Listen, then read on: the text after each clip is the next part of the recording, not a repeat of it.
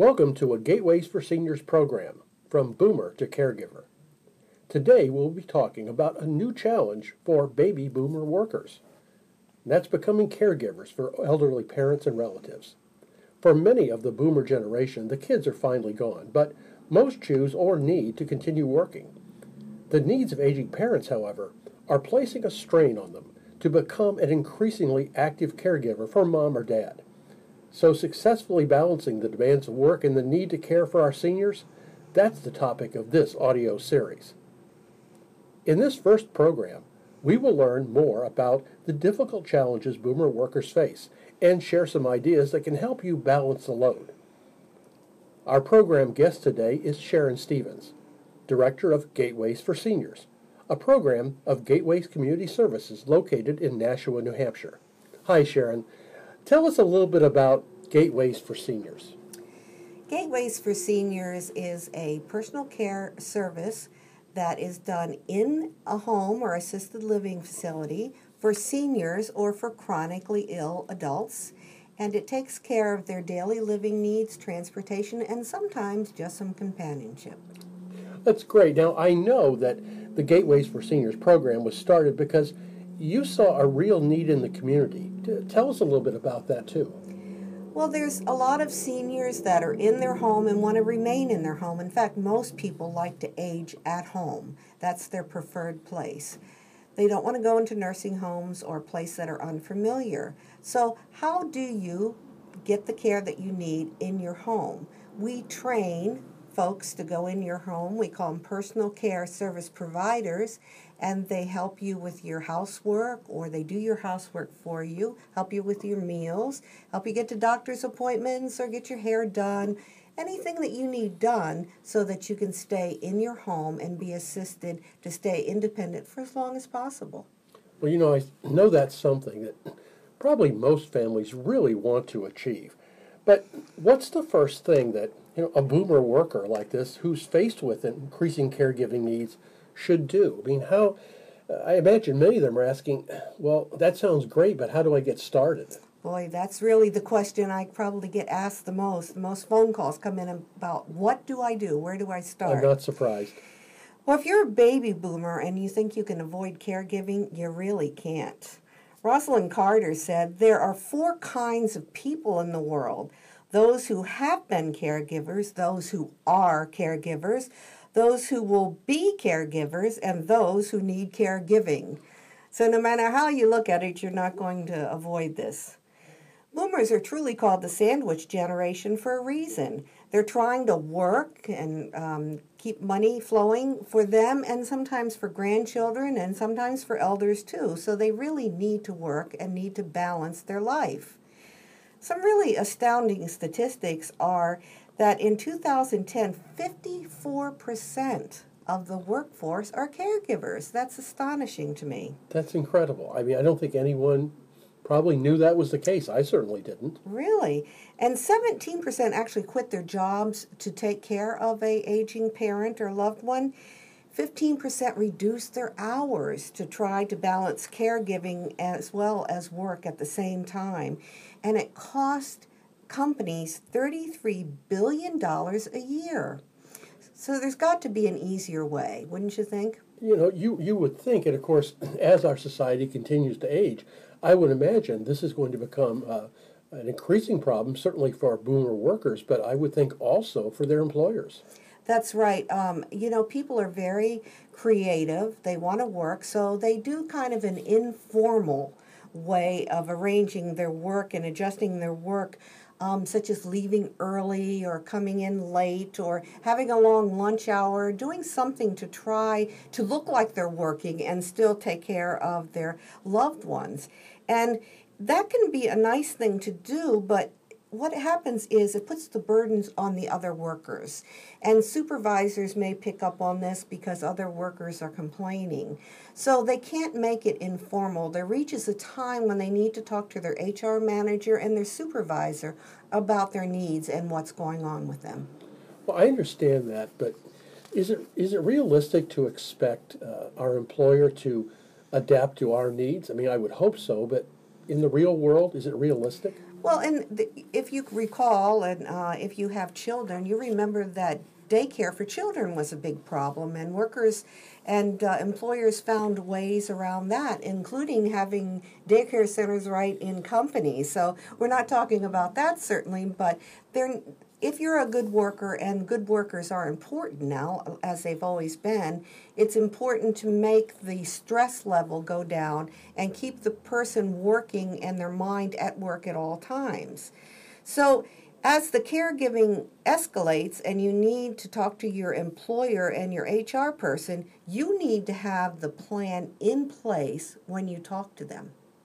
And I imagine that reduces some of the stress, and it's important to be honest and direct with your employer as well. That's right. And they may have suggestions, they may have gone through the same thing.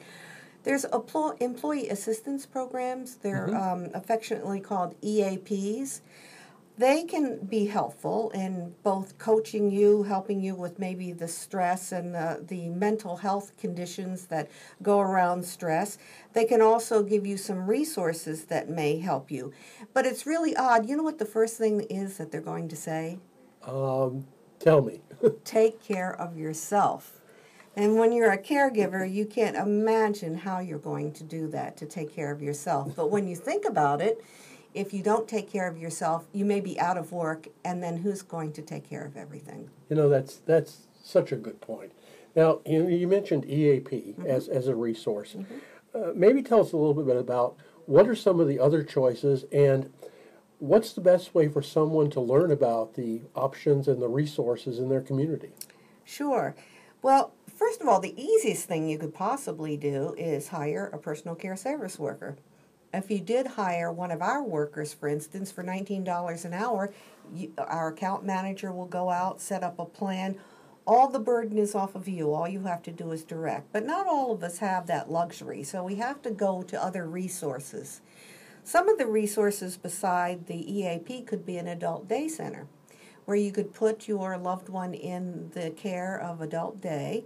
There's activities there, there's nursing there, there's someone to help take medication, meals are prepared, and there's some recreational things going on, so that would keep your loved one safe during the day, and then you could just arrange to pick up and drop off. There's also things that churches, your medical doctor, Sure. hospital have social workers that certainly have been through this many, many times, because when you get out of a hospital, you need a discharge plan, and seniors go in and out of the hospital all the time, so they may know resources. I would imagine some people probably go to maybe their family attorney or financial planner for help as well, don't they? There are long-term care planners and there are attorneys that can certainly help with this. Recently we had a very interesting situation with an attorney who was the power of attorney for a client. And he came to us, and this client had Alzheimer's, and he said, we want to keep him in his home, but we don't know how to do that. And we met with him and came up with a care plan where a personal care provider would be in there twice a day when he took medications. And we went through his house and arranged his house so that he could stay in his home and be safe. And recently, we moved him from the home that he was in to a home that is downtown so he could walk, because he can't drive anymore, to the drugstore and to his favorite restaurant and to meet people, and he's very, very comfortable. And it's been a year, and he still has Alzheimer's, and he's still in his home, and he's still safe. So there's all kinds of ways that these things can be arranged. The attorneys know, life planners do, and geriatric case managers also can be a good resource. Well, Sharon, I think what's really exciting about this is that as many baby boomers think about, well, I've got to care for mom or dad, and maybe I have to do that until they go into a nursing home. And of course, few of us want to put our folks into nursing homes if we can help it, but it may become impossible for us to keep them at home. It sounds like you're really saying there is another option, that you don't have to say it has to be me or the nursing home. Yes, there's many options before the nursing home. My favorite sentence is, I don't remember meeting any senior that ever says, boy, do I want to go to a nursing home. They usually say just the opposite. Please don't put me in a nursing home. So it really is important for their health and their mental health to stay in place. Folks that have dementia and Alzheimer's, it's real important not to change their routine and to develop a routine for them. Well, if a caregiver is working, that's very difficult to do. But with a care plan, they can certainly have a routine. It could be they get dressed by their family member in the morning, go to a daycare, get picked up by a personal care service worker. The personal care service worker comes home, makes sure they're comfortable, take their meds, and then the worker comes in and everything is fine. That's a very simple solution. There could be a combination of paid and volunteer programs. The Heart Association, the United Way, churches have volunteer transportation programs.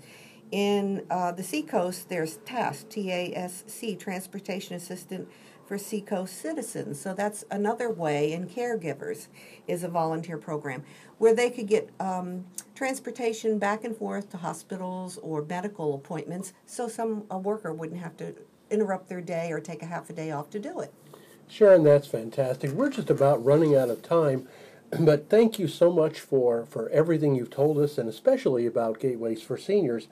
I know this is our first program. We'll have another one. Maybe you could very quickly give us a short preview of what's coming up in future programs. Actually, the next program is going to be on the top 5 question that every boomer asks when they need to become an elder caregiver. What's one of those questions? Well, one of the questions is, how can I use family medical leave in order to take care of my elder?